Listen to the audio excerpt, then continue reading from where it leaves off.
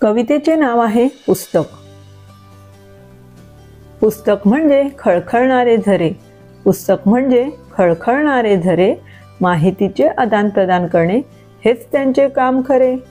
पुस्तक म्हणजे वणवा लागलेले जंगल, पुस्तक म्हणजे वणवा लागलेले जंगल, कठीण प्रसंगी पण उभं राहायला देते बळ।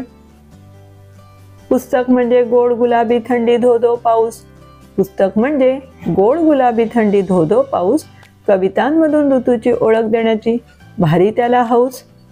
पुस्तक म्हणजे मनुष्य जीवनातील गुरु, पुस्तक म्हणजे मनुष्य जीवनातील गुरु, अज्ञानाकडून तिमिराकडे नेणं करतं सुरू।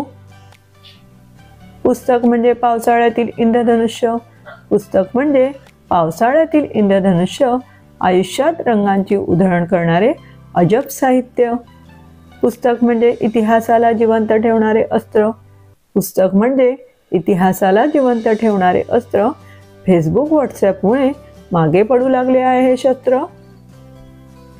पुस्तक म्हणजे मुलांना वाचनात निर्माण करणारी गोडी, पुस्तक म्हणजे मुलांना वाचनात निर्माण करणारी गोडी, परीकडे नाही तर ग्रंथालयात सापडेल ही जादूची छडी। पुस्तकांकडून ज्ञान सुटत नाही किंचित, पुस्तकांकडून ज्ञान सुटत नाही किंचित, मग का बरं आपण राहावं त्यांच्यापासून वंचित। मग घेताना विद्यार्थ्यांनो पुस्तक वाचन करण्याचा निर्णय, नक्कीच विचार होतील निर्भय, वाट सापडेल जर परिस्थितीने केला निर्दय, आत्महत्येने बळी जाण्याचे नाही होणार निर्णय, नाही होणार निर्णय। धन्यवाद।